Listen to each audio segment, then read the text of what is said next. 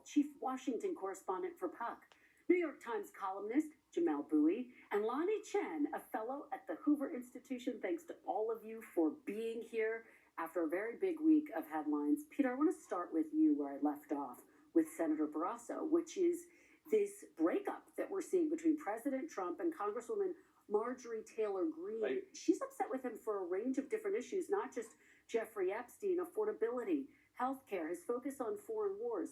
Do you see this as a feud with one person, or does it represent a bigger fracture? Well, to be clear, I think this is more about issues than it is individuals, although she has her own personal issues with President Trump here. 6 months ago, this would have been unfathomable. She is one of the most vocal allies of the president as part of the MAGA movement. She said that he personally inspired her to run over the course of it. But I think in the last 6 months, or certainly in the last several weeks, we have seen cracks within MAGA.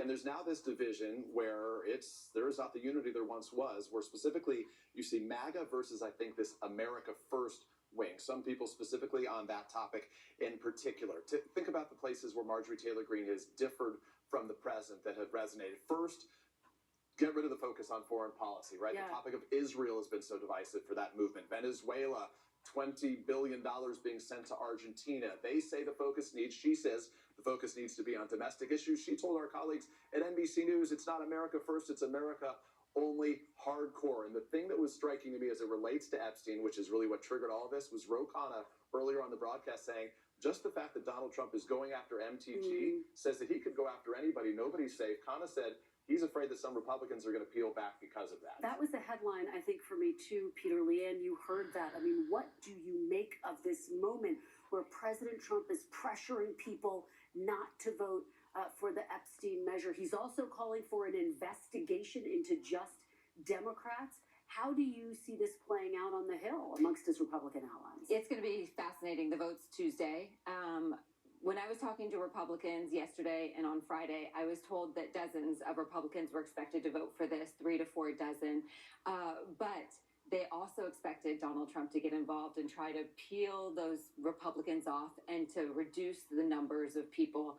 But this is the first real time that Republicans are splitting with the president during this term. They have been so united, despite a couple outliers with him. And Donald Trump might not be able to keep the party together like he has been so successful at and up until this point. Lonnie, it really is the crux of what we're witnessing. The first time that we're starting to see this fracturing.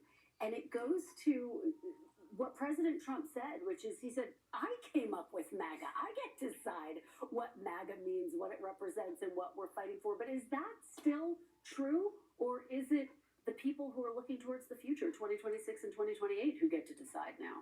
I think for now, it's absolutely true. Look, the concept of MAGA did not exist before Donald Trump. The policy elements, the people, all of that may have existed, but what Donald Trump did was to coalesce it into a political movement. The fight that we're seeing is about the MAGA of tomorrow. It is the question of where the movement goes probably after Donald Trump. And I think there are very real policy disagreements, whether it's on foreign policy, immigration. We've seen a fissure on H-1B, high-skilled labor, those issues. We've seen some questions around tax policy and the corporatist wing versus the populist wing. The MAGA of tomorrow, that's where this fight is going. But Donald Trump is still the leader of the MAGA movement. He will be until he leaves office. And any suggestion to the contrary is not fitting of reality. Jamelle, speaking of the leader and the future of the party, you focus your column this week on Vice President J.D. Vance. I mean, what are you watching for as MAGA evolves? I'm watching to see where Vance aligns himself. He clearly wants to be the next generation MAGA leader, and he seems to be vacillating between, you might say, traditional MAGA, which seems insane when I say it out loud, and the Groypers, this group of far-right extremists, younger conservatives who are making, at this moment, a bid for leadership within the movement. I would say, additionally, that one way to look at this as well is that President Trump has had a very bad month. The Republican Party has gotten much of the blame for the shutdown. His party suffered big losses in these elections. His approval rating, last I saw AP poll, was 36%.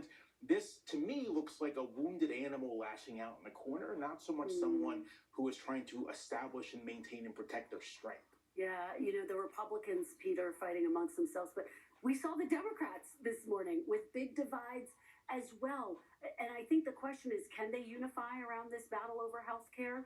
Or are they going to be splintered heading into the midterms? Because it seemed like they'd found their argument on affordability, something that President Trump, White House officials saying we need to shift and focus on. Marjorie Taylor Greene herself talked about the issue Yeah. of these healthcare premiums, right? I think the issue that the White House, from my perspective, my beat at the White House right now that I think has been striking is the way that they have sort of changed their view as it relates to the topic of affordability after the losses in Virginia and New Jersey, where cost of living seemed to be very central to all of this. You're seeing some new policy ideas, some new messaging, in particular here. As NBC News reported, 2/3 of voters right now say that President Trump has not sort of met their expectations in how he has handled the economy and cost of living right now. He ended this week by saying, I'm never satisfied on these topics, which seemed a bit more conciliatory. But the thing that we should note, what happened, I think, on Friday was critical, which is the president exempted some key food products as it relates to tariffs, coffee, bananas, tomatoes. The point of tariffs, as the president said, was it's going to make prices better for Americans.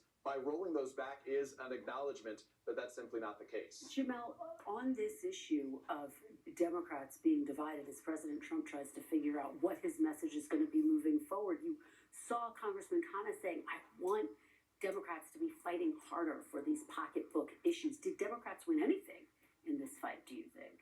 I think substantively, it doesn't look like Democrats won much in the shutdown fight, but I think politically, they won a great deal. This exact point, the president having to back off on some of his tariffs, sort of adopting this affordability language. The White House and the president clearly worried about the traction Democrats have made focusing on cost of living. This, I think, is a political victory. And looking ahead beyond this year, you have to ask yourself, how much can the White House actually recover? How much can it really shift gears? And that's the big open question. If they can't, I think it leaves Democrats a powerful opening going into the midterms. Well, they do. And the question is, I mean, this battle is going to revolve around health care, Lonnie, and Senator Barrasso said they're going to meet about it.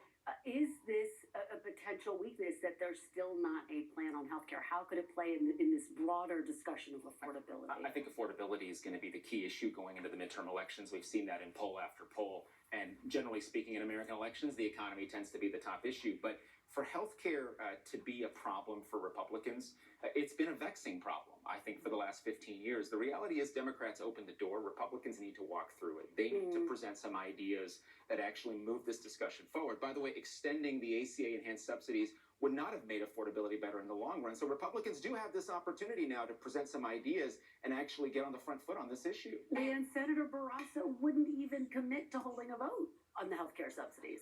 No, and that's going to be a big problem for Democrats. And also, what Democrats did win in this, again, no policy subscriptions, but they forced Republicans to have to talk about health care, an issue that is not good for Republicans. A Republican told me at the beginning of the shutdown, we just have to make sure that we don't make this an argument about health care. And this is exactly where they're at. And Democrats feel like they're in a good place. All right, well, we'll watch and see how it all unfolds this week and in the coming weeks. Thanks, guys, for a great conversation. Really appreciate it. That is all for today.